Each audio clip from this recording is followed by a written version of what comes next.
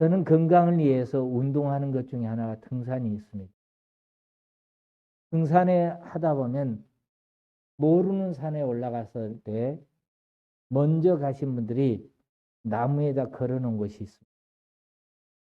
자기 산악회의 이름입니다.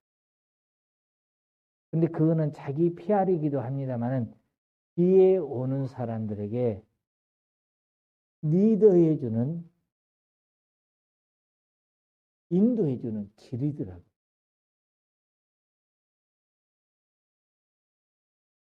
우리가 여행을 하다 보면 꼭 필요한 것이 가이드입니다. 외국에서요. 우리나라가 아니라 타국에서요. 성지 순례에 가서 보면 더더욱 그렇습니다. 가이드는 우리가 함께 생활을 하고 함께 따라다닙니다.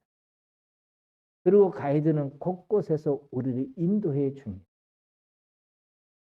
그 성지에 대해서 자세히 볼 수 있도록 해주시고 인도해 줍니다. 만약 길을 잃었을 때 가이드가 찾아냅니다.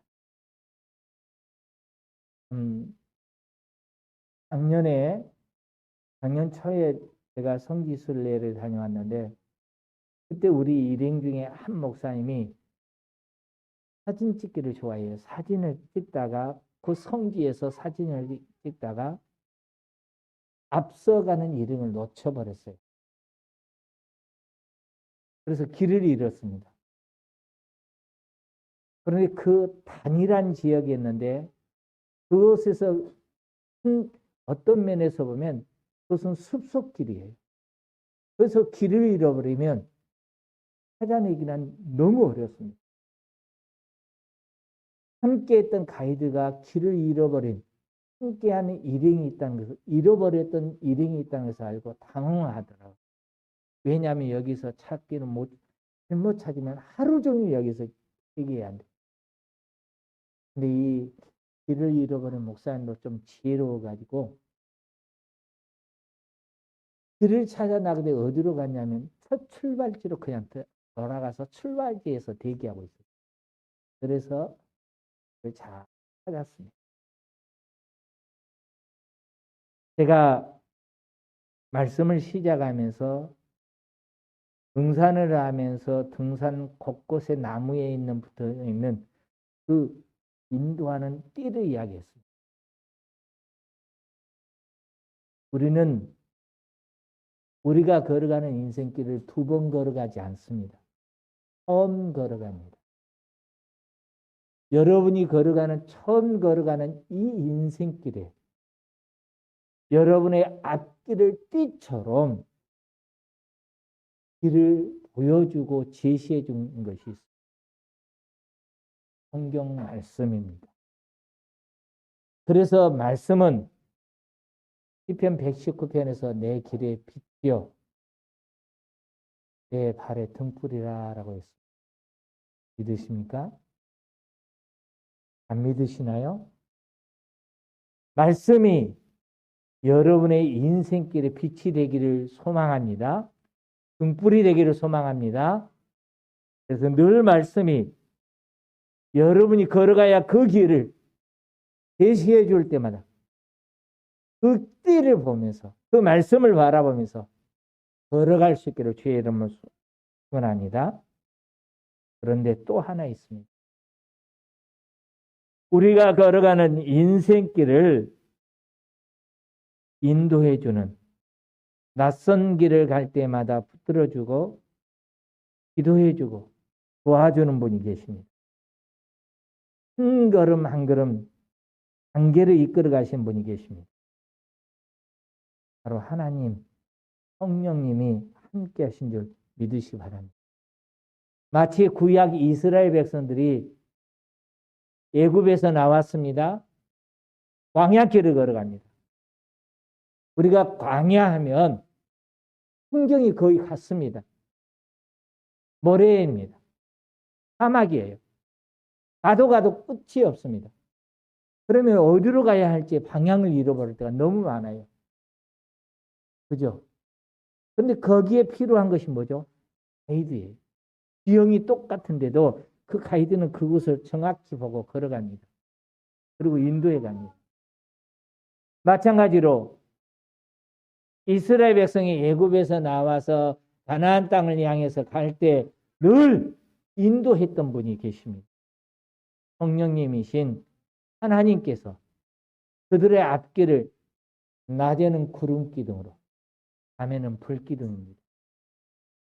똑같은 구름 기둥으로만 인도하지 않냐고 구름과 불로 인도했던 것은 의미가 너무 소중합니다.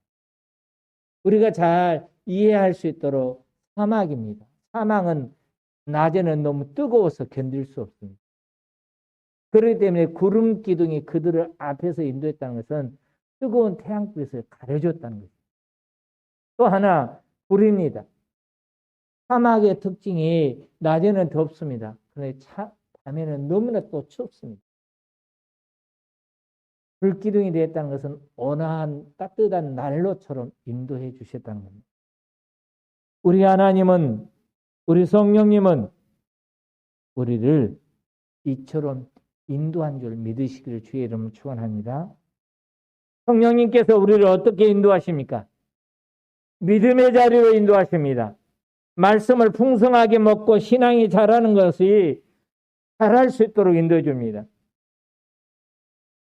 마귀가 시험하는 그 시험을 이기고 하나님의 선한 뜻을 분별하여 그 인도해 주는 그 길, 후회하지 않는 길로 길을 잃어버리지 아니하도록 인도해 주십니다. 성령님은 인도를 받을 때, 성령님의 인도를 받아서 따라 나갈 때 가이드의 길을 제시한 그 길을 따라간 것처럼 우리는 길을 잃지 않습니다. 우리의 신앙이 자랄 것입니다. 죄를 이기고 하나님의 선한 뜻을 분별하여 그 뜻대로 순종하면서 나아갈 수 있습니다. 그러므로 무엇보다도 성령님의 인도를 받는다는 것이 너무나 소중하고 귀합니다. 믿음의 귀한 성도 여러분, 우리의 인생길에 늘 제시해주는 말씀, 늘 우리를 인도해 주시는 그 성령님과 함께 걸어가서 믿음의 선한 증인들이 될 수 있기를 주의 이름으로 축원합니다. 오늘 15절에 가서 보니까 이렇게 기록하고 있습니다. 너희는 다시 무수하는 종의 영을 받지 아니하고 있습니다. 여기 가장 먼저 종의 영이라 했습니다. 종의 영이란 원문을 보면 두려움으로 이끄는, 두려움을 초래하는 영이라고 합니다. 그러니까 종의 영이란 이 말은 노예 정신 상태를 이야기합니다. 요즘은 집에서 노예 제도가 없습니다.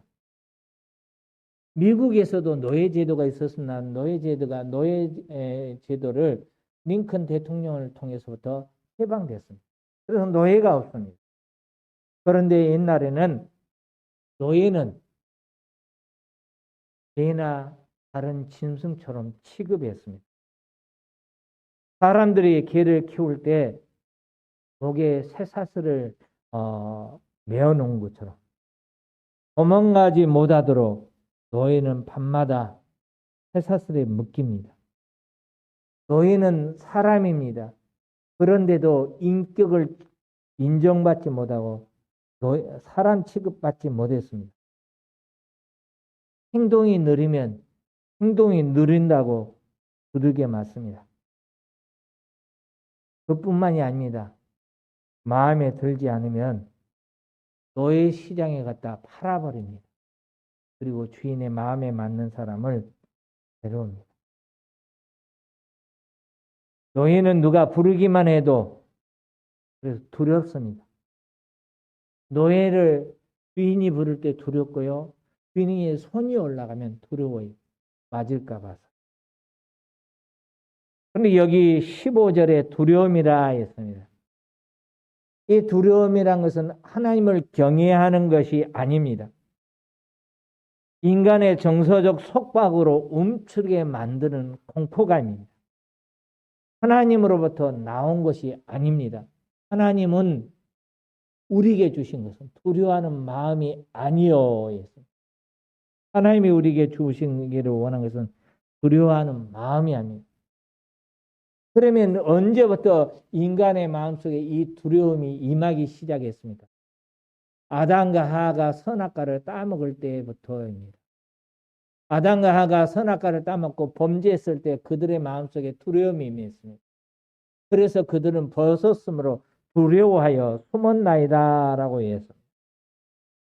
이것을 보면 하나님이 우리를 창조하실 때 우리는 공의 영을 받은 자가 아니에요. 무서워하는 영, 두려워하는 영을 받은 자가 아닙니다. 그런데 범죄하고 나서부터입니다. 무서워하는 종의 영을 받으며 살았기 때문에 미신을 따른 자들도 이 두려움에 임했습니다. 조그마한 불행임에도 그 불행이 내게 임한 것에 대해서 두려워합니다. 누가 말 한마디만 해도 그 말에 대해서 자유함을 누리지 못하고 두려움에 매여 있습니다. 심지어 신앙인들 가운데도 이 두려움에 매여 있는 사람들이 있어요. 기도하는 것, 전도하는 것, 성경을 읽는 것, 신앙인이 꼭 가져야 할 자세고 태도입니다. 그리고 힘써야 합니다. 그래서 신앙인은 늘 기도해야 합니다. 신앙인은 늘 성경을 읽어야 합니다. 신앙인은 할 수 있는 대로 복음을 전해야 합니다. 이게 좋은 자세예요. 좋은 삶입니다. 그런데 기도를 더 해야 하고 성경을 더 읽어야 하고 전도를 더 해야 한다는 강박전세에 살아간다면 그것은 올바른 자세가 아닙니다. 기도하지 아니할 때, 전도하지 않았으니까, 성경을 읽지 않았으니까 하나님이 나를 버리지는 않을까 하는 두려움이 임한다면 그것은 하나님을 경외하는 마음으로부터 찾아오는 그 경외하는 자세가 신앙인의 올바른 자세가 아닙니다. 그래서 우리가 하나님을 섬기면서도 자녀로서의 특권을 가지고 기쁨으로 즐거운 가운데서 교제하는 가운데서 기도하고 찬양하고 말씀 읽고 전도하는 것은 좋은 자세인데 이게 아니라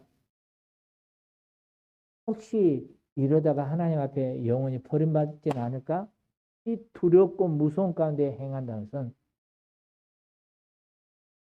올바른 신앙인의 자세가 아니다라는 겁니다. 그렇습니다. 죄와 사망에 벌어서 해방되기까지 우리는 두려움의 지배를 받습니다. 율법의 저주 아래 살면서 우리는 늘 사단이 참수하고 사단이 밀가버리듯 참수하는 그 수치와 두려움 가운데 삽니다. 율법이 그 엄한 잣들을 들어대서 우리를 정죄하지는 않을까 두렵고 떨려야 하는 겁니다. 그런데 우리는 무서워하는 종의 영을 받지 않았습니다.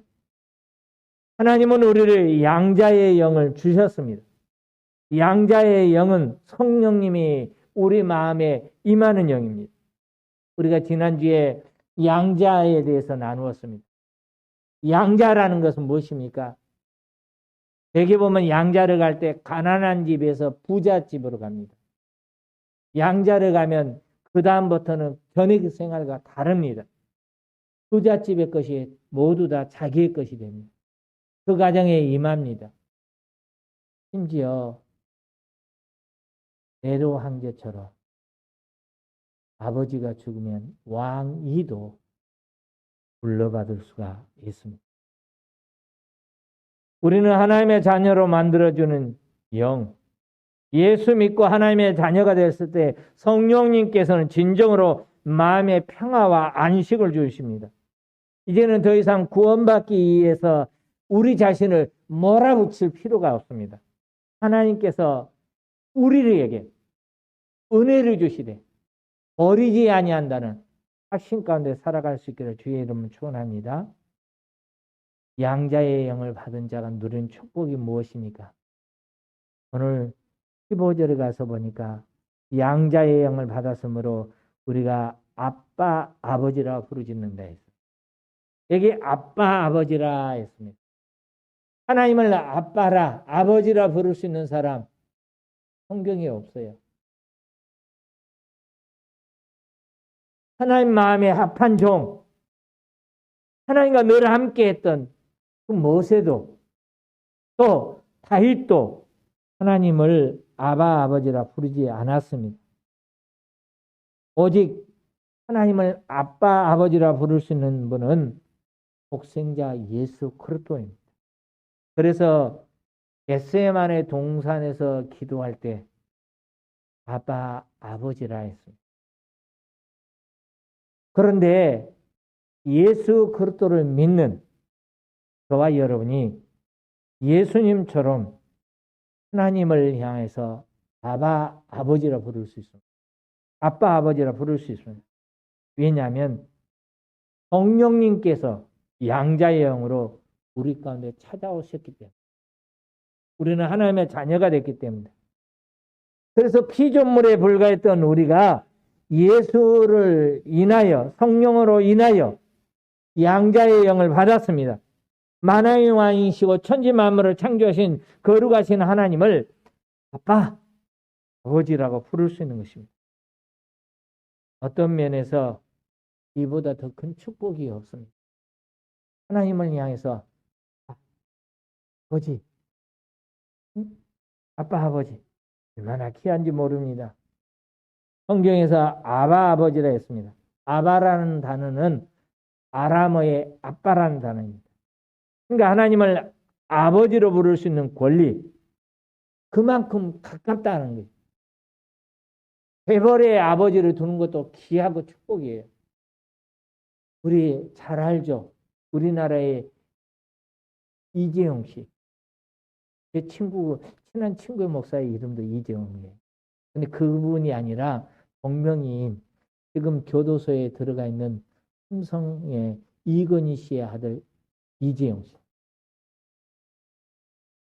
가 어떻게 그런 많은 재산을 한꺼번에 얻을 수 있습니까? 이건희의 그 많은 재산을 다시 자기 것처럼 누릴 수 있습니까? 그의 아들이었기 때문에. 우리는 마찬가지입니다. 우리는 세상에 엄청난 재벌가나 권력가의 아들이 아닙니다. 하나님의 아들입니다. 믿으시기 바랍니다. 우리 모두 다 그래서 하나님을 향해서 아바, 아버지라 부를 수 있습니다. 왜냐하면 요한복음 1장 12절에 뭐라 했습니까? 영접하는 자, 곧 그 이름을 믿는 자들은 하나님의 자녀가 되는 권세를 주었다 했어요. 자녀가 된다는 것으로 끝나지 않습니다. 자녀의 권세를 가졌다는 것입니다. 이는 누구든지 예수를 믿으면 의롭다함을 얻은 신분이 되었습니다. 법적으로 의롭다함을 얻었습니다. 하나님의 자녀가 되었다는 것은 우리 마음속에 하나님의 아들로서 하나님과 관계가, 친밀감이 회복됐다는 것입니다. 만약 아바, 아버지라 부르면서도 아무 친밀감이 없다면 다시 한번 생각해 보십시오. 우리 하나님은 우리를 하나님의 자녀로 삼아주실 뿐만 아니라 그 아들의 영을 우리 마음 가운데 보내사 아빠, 아버지라 부르게 하셨다는 것입니다. 그러므로 누가 뭐라 할지라도 이제는 담대하게 하나님을 향해서 아버지 부를 수 있기를 바랍니다. 좀 더 감이 안 오나요? 이렇게 한번 해볼까요? 저를 향해서 아빠 부를 수 있는 것은 제게는 두 아들이 있는데 그 아들만이에요. 제게는 딸이 하나 있어요. 이제 얼마 있지 않으면 이 딸이 결혼하게 된다면 사이를 얻게 될 것입니다. 사이가 제게 와서 아빠 부를 수 있겠습니까? 사이가 부를 때는 아버님하고 부르겠죠. 아빠라고 안 불러요. 무엇이 더 정답습니까? 무엇이 더 친밀감입니까? 아빠가 더 친밀감이죠. 딸들도 마찬가지예요. 딸도 저한테 아빠라고 부를 수 있어요. 근데 며느리는 어떠죠? 아버님하고 부르죠. 거리가 멀잖아요. 사랑하는 귀한 성도 여러분, 이 하나님이 우리에게 주신 것, 그 아들을 우리에게 주어서, 그 아들의 영을 우리에게 주어서 하나님을 향해서 아빠, 아버지라 부르지게 했습니다. 이 친밀감을 늘 회복할 수 있기를 주의 이름으로 축원합니다. 양자의 영은 우리 마음에 가장 친밀하고 사랑스러운 관계로 회복시켜 주셨습니다. 그러므로 우리는 하나님을 향해서 나의 아버지, 나의 아빠 부르는데 어색하지 않다는 것을 기억하십시오. 오늘 15절에 보니까 아빠, 아버지라 부르짖느니라 했습니다. 부르짖는다 이 말은 감정을 담고 소리내서 부르는 말이죠. 또 어떤 경우에는 끈질기게 재촉하는 말이기도 합니다. 다시 말해서 좋아서 아빠, 우리 할인이가 후진이 형제를 해서 좋을 때 부르죠. 또 어떤 때 있습니까? 뭔가 요구하고 싶을 때 아빠, 끈질기게 아빠, 아빠, 아빠.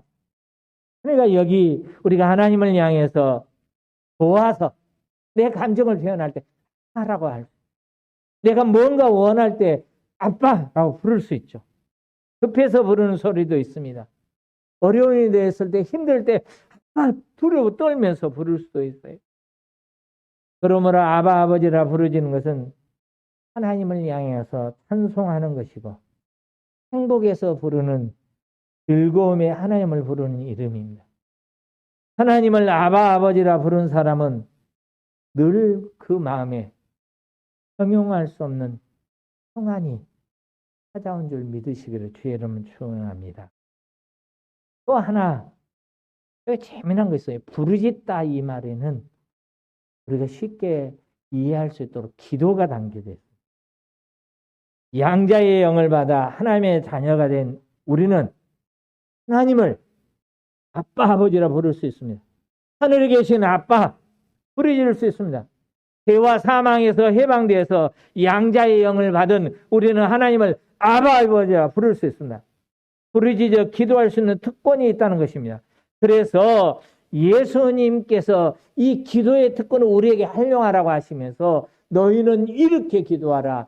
하늘에 계신 우리 아버지여입니다. 우리의 기도에 대해서는 하늘에 계신 아버지입니다. 하늘과 땅의 권세를 가지신 아버지입니다. 그 하늘에 계신 아버지는 이 땅에 있는 아버지들과 비교할 수 없습니다. 여기 보면 하늘에 계신 아버지를 부를 때 아버지 할 때 어려서 자라면서부터 아버지에게 많은 매를 맞았다든가 아버지로부터 꾸지람을 받았다 하면 자유하지 못하고 하나님을 가정스럽게 아빠 부르지 못합니다. 아버지라고 부르지 못합니다. 그런데 우리 하나님은 한계가 없으신 하나님은 그 하나님은 할 수 없는 일이 없습니다.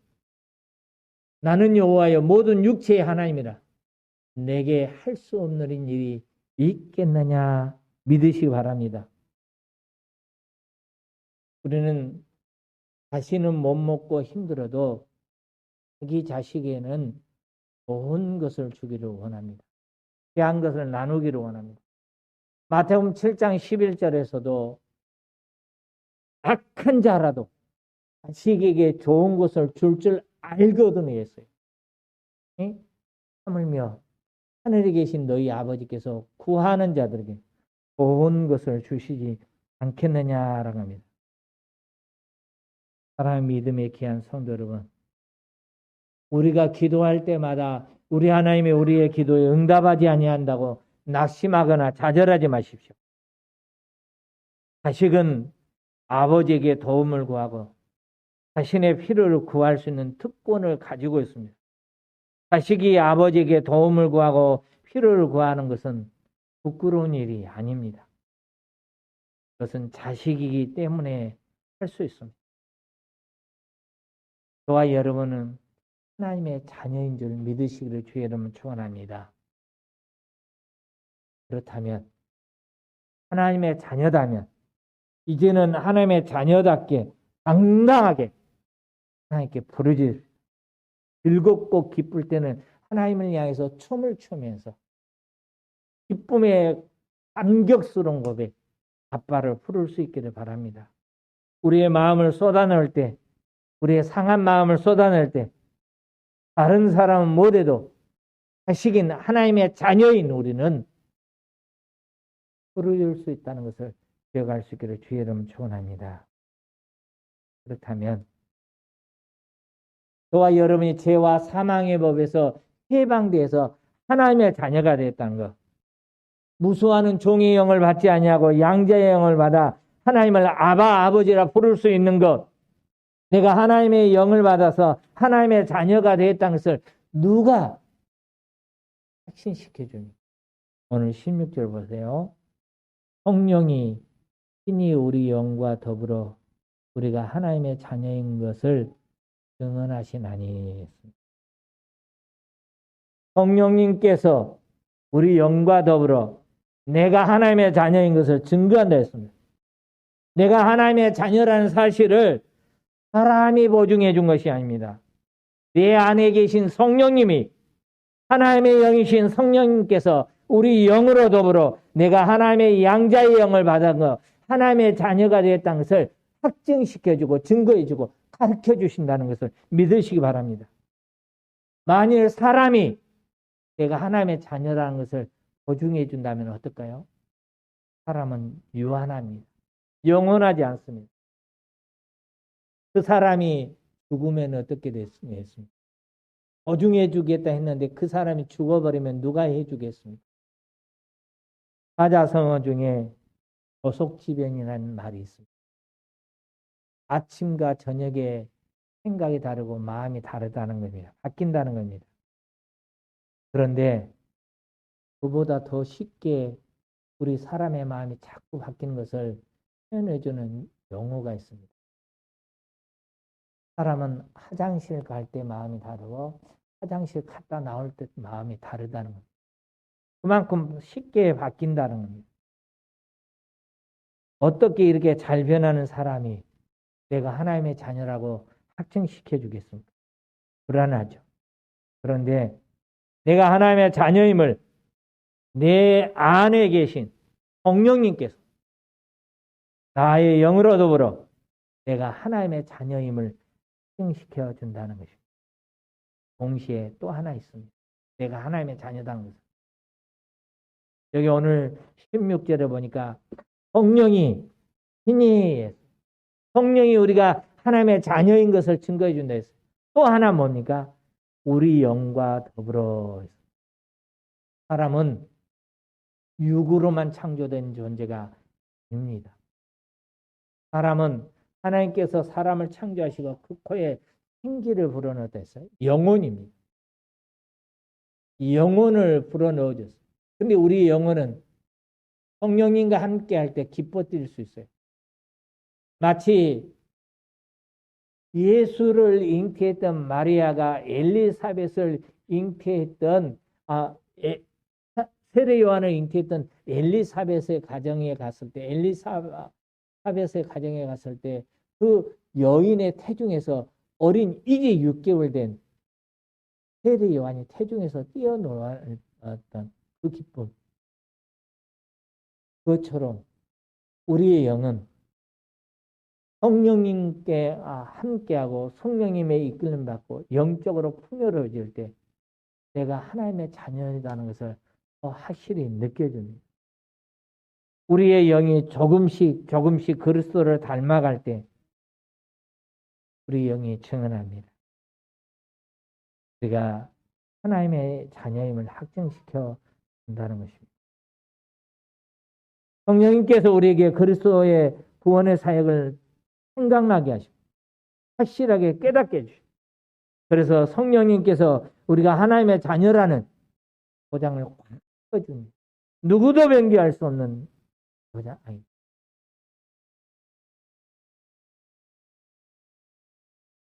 그렇습니다. 저와 여러분은 하나님의 자녀입니다. 하나님의 자녀이기 때문에 우리는 하나님을 향해서 아바 아버지라 부를 수, 아바 아버지라 부를 수 있는 것은 그것은 감격이에요. 감동이에요.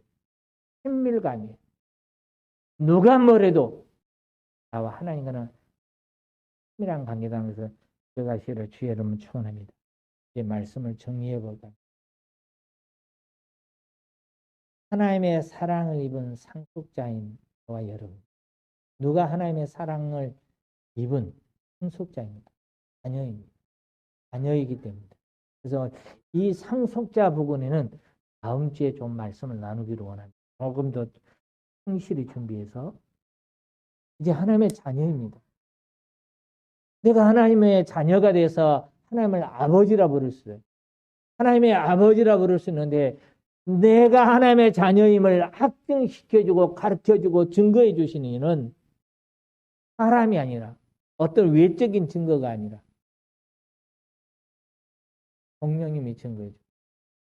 그님과 함께 할 때 누리는 그 기쁨을 누리는 내 영이 증거한다는 것을 기억하시고 늘 내 인생의 인도자 되고 가이드 되주는 성령님 말씀 붙들고 늘 믿음의 길을 걸어갈 줄 아는 거룩한 증인들이 되시기를 주의 이름으로